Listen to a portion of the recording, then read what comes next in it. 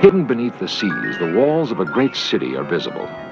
There are those who believe the architects were the vanguards of a society that took root in a new land. Who built it and why are still unknown. Perhaps these ancients knew more of the world than modern men imagine. In any civilization, there are some who take risks, men who reach beyond safe borders.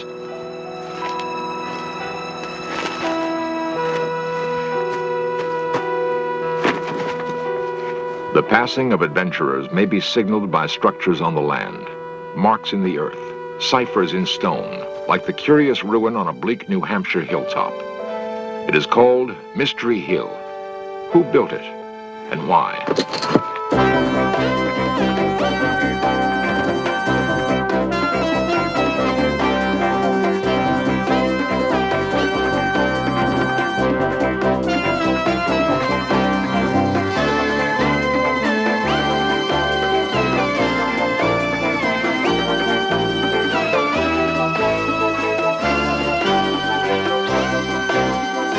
New evidence suggests that North America was colonized long before the birth of Christ. Who were the colonists? How did they come to this wilderness?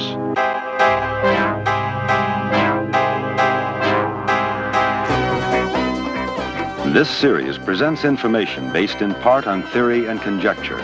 The producer's purpose is to suggest some possible explanation, but not necessarily the only ones, to the mysteries we will examine.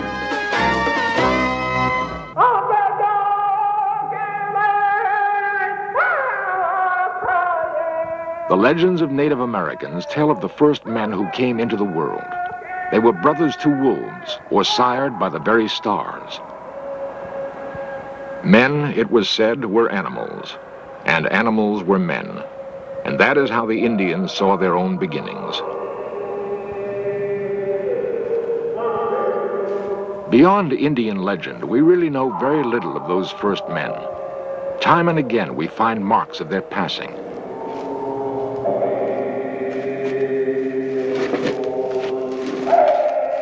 Who were they? Where did they come from? What drove them to probe the wilderness and build outposts? Too many traces have been left by early wanderers. They cannot be ignored or easily explained away. In scattered enclaves, a fragment of what had been built may survive. It will become a small piece of our past, an item of evidence that leads researchers to the discovery of what truly occurred.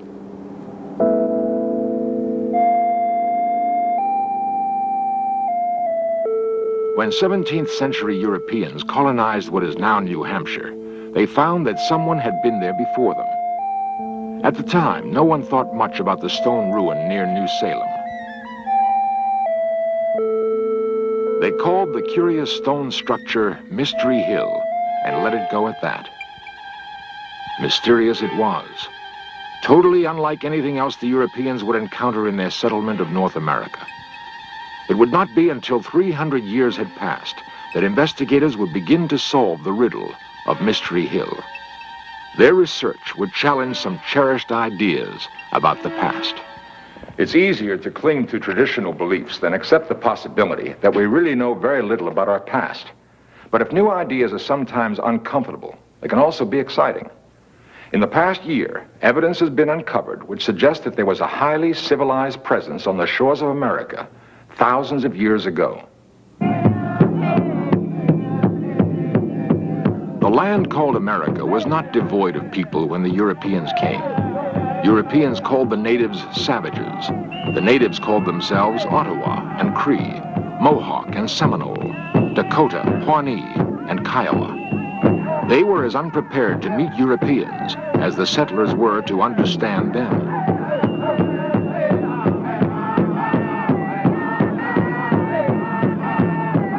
Whatever their common origin might have been, the Old and New World peoples had little in common.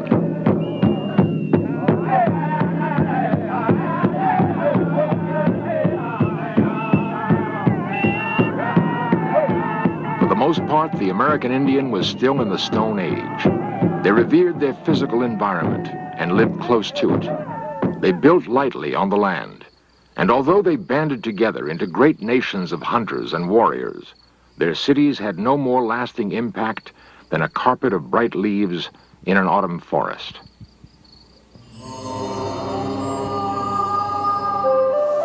Mystery Hill is not in the manner of buffalo hide teepees. It was built to last. Indians of this region did not build in stone. They lacked even the tools to do so. Mystery Hill would have been destroyed years ago if it were not for the efforts of Bostonian Robert Stone.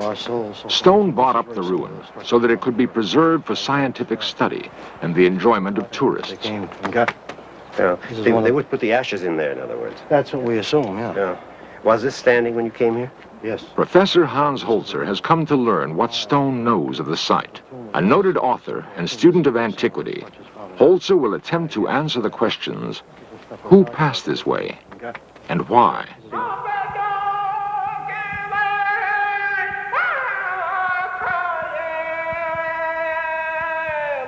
The American Southwest is an arid land. Its native inhabitants found it difficult to scratch out a hold here. They built cities of mud brick, backed against cliffs for protection.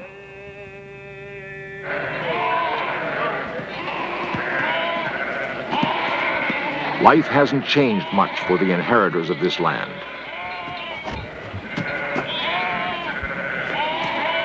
Outside of the few big cities of the Southwest, men still herd livestock and try to wrench a living from the dry soil. Theirs is a rich heritage, nevertheless. We know the Pueblo Indians by their etchings in stone. Their cliff-bound apartments showed thoughtful design and careful execution. But brick is not stone. The techniques used to build the Pueblos did not build Mystery Hill. Hans Holzer and Robert Stone can find little that Mystery Hill has in common with the Pueblos of the Southwest. Its architects must have come from another place, another culture. In the Medicine Bow Mountains of Wyoming can be found another curiosity in stone. It is called the Medicine Wheel. Mantled by snow much of the year, the geometric arrangement of rocks puzzled Western travelers for a long time. Most investigators are now agreed that the wheel was an Indian calendar.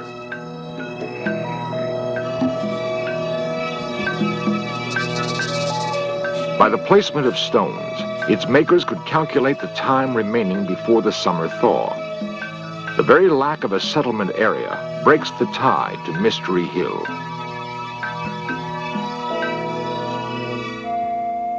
The long central lane at Mystery Hill is reminiscent of some walled-in streets of ancient Europe.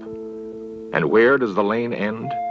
At a large central structure, Professor Holzer has reason to believe was a temple. Again, a slender thread which may link Mystery Hill to the great cities of ancient Europe.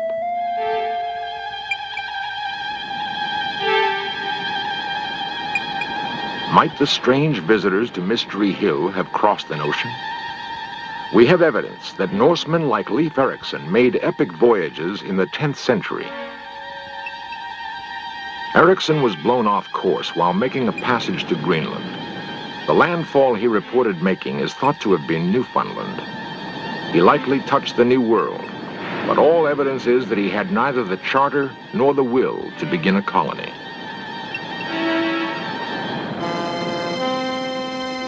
"500 years later, the Spaniards and the Portuguese would supplant the Norsemen as explorers of the sea.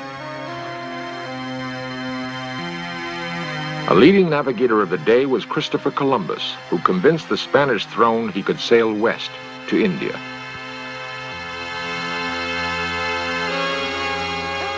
These voyages were overtures to the coming of European colonization of the Americas in the 17th century. It is certain, however, that there were ships capable of making ocean crossings long before the time of Columbus or Leif Erikson.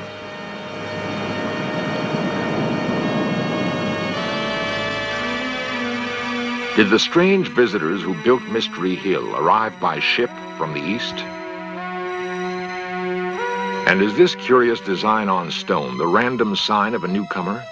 Or is it the hull of a forgotten ship that turned its bow into the unknown centuries ago?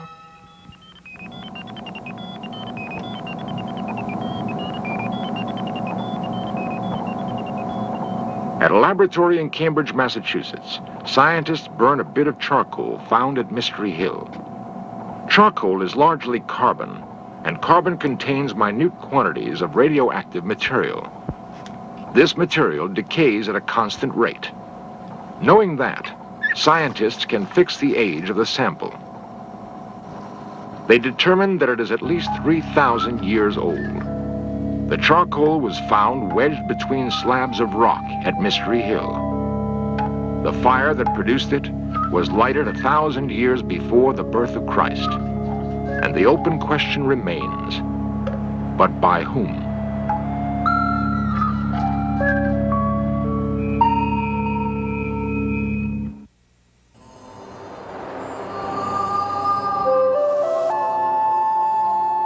Mystery Hill, New Hampshire could not have been more aptly named. Its origins have puzzled men for centuries. Curator Osborne Stone is sure of one thing, however. The architects of Mystery Hill had an impressive knowledge of astronomy. We're standing in the astronomical center of the site, and if you want a view to the true north, you'll see a large standing monolith out here. It's composed of 5 stones, one missing that dates the site. Over to the east of us, we have a strange stone that's been on the wall for centuries that marks a summer sunrise. Now, if we look around to the southwest, we see the winter sunset stone. That was the first one that was found and kicked off this investigation. Stones that may have helped the strange visitors plot the seasons. They are substantial clues to the identity of the original Mystery Hill architects. The cultivation of expression. On the Salisbury Plain in England broods a more familiar example of the kind of timekeeping function monoliths appear to have had for the ancients. To this day, some who call themselves Druids gather at Stonehenge to mark the longest day of the year. It is believed that long centuries ago, Druids offered up human sacrifice as part of their seasonal rituals. Sacrifice may have been part of the firmament at Mystery Hill also. That's the viewing position for the sacrificial table that I was telling you about. You were asking me about the oracle tube. That's right. It comes out from the oracle chamber underneath. Stone points out a polished slab of rock. 6, 8 inches. The grooves might once have run with blood to appease a god whose voice rumbled up from the earth. We used to give the oracle all the time through there, but It appears that the builders of Mystery Hill imported their gods as well as their science. Some had theorized that Mystery Hill was the work of New Hampshire colonialists. this is when we come to the entrance of the oracle chamber. And we have pictures that date back. What Stone calls the sacrificial table and the recently excavated oracle chamber are unlikely relics of English colonialism. The chamber was discovered in the darkened recesses of Mystery Hill.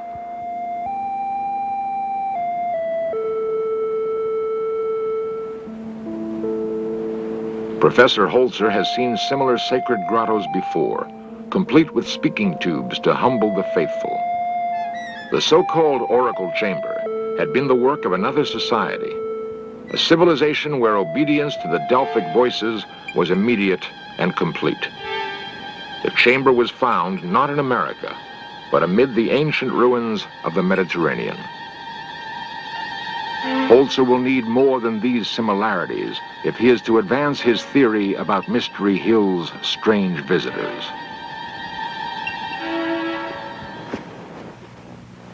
Harvard archaeologist Barry Fell has spent years studying inscriptions and drawings from Mystery Hill and other unexplained ruins in North America.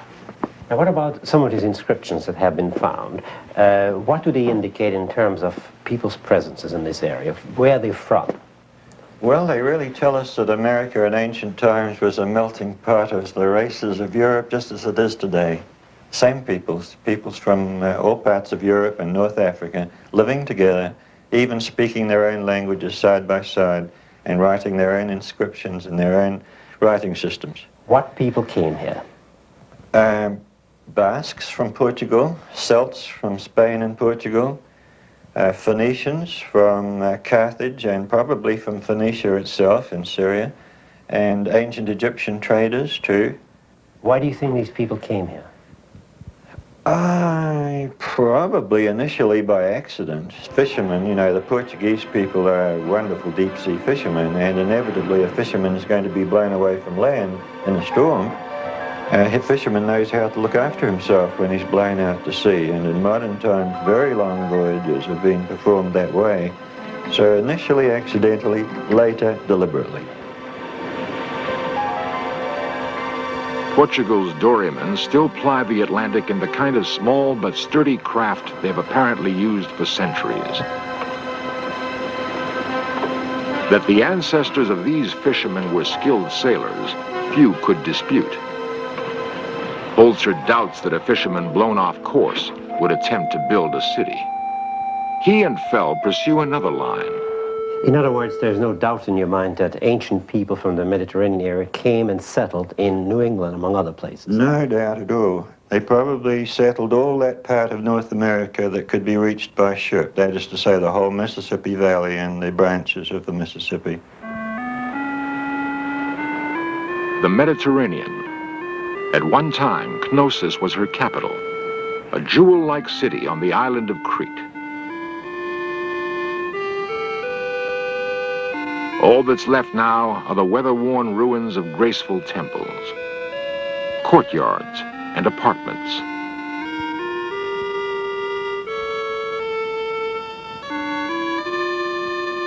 The people of this island were called Minoans. They were heirs to Phoenician sea kings who sailed here from what is now Lebanon. The Minoans loved music and art almost as much as they loved the sea. Even their architecture had a lyrical quality. The sea never seemed far from their thoughts. They must have gloried in all its aspects. The sea brought the Minoans power and wealth. Perhaps they had commerce with other advanced civilizations now lost to us.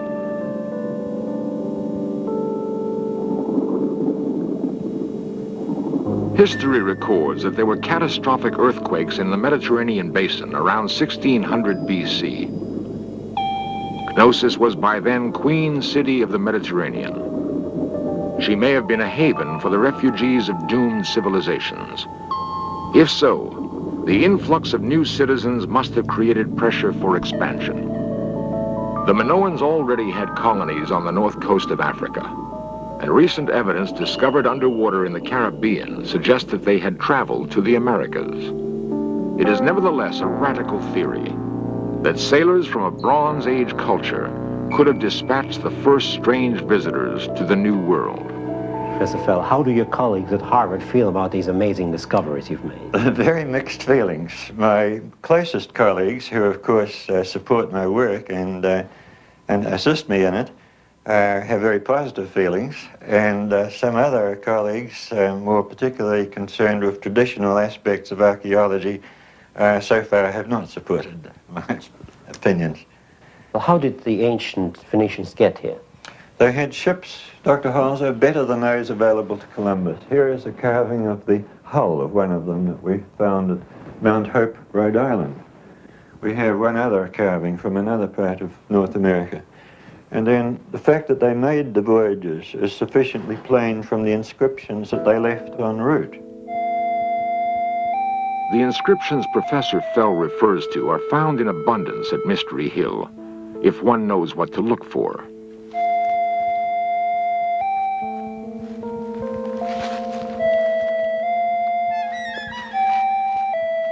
Osborne Stone, who assists his cousin Robert in preserving the site, points one out to Dr. Holzer. Apparently is a G. It has come to be called the G stone.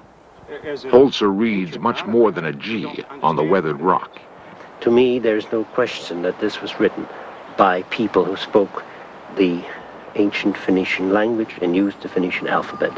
The origin of this inscription is in the area of Phoenicia and the island of Crete, the Minoan culture, where Phoenician people settled and then became the Minoan people.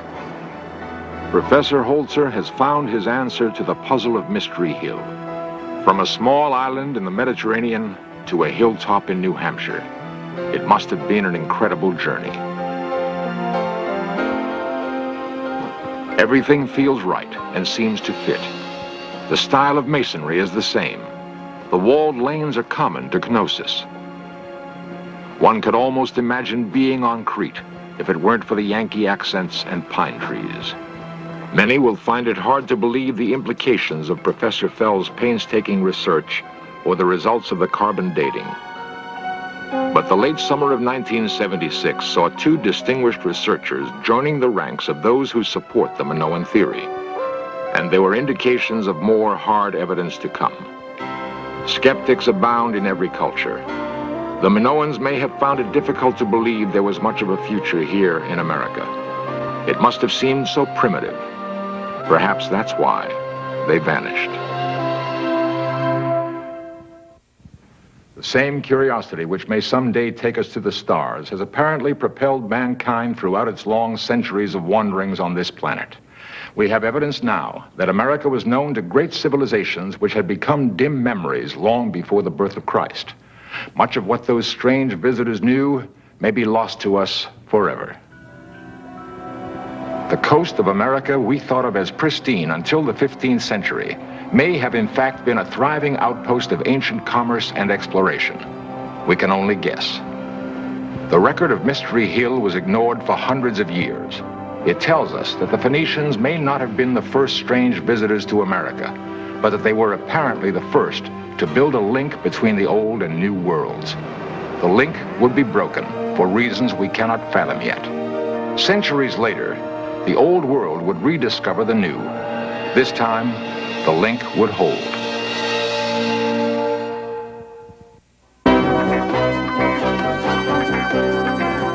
Lost civilizations, extraterrestrials, myths and monsters, missing persons, magic and witchcraft, unexplained phenomena. In Search of Cameras are traveling the world, seeking out these great mysteries. This program was the result of the work of scientists, researchers, and a group of highly skilled technicians.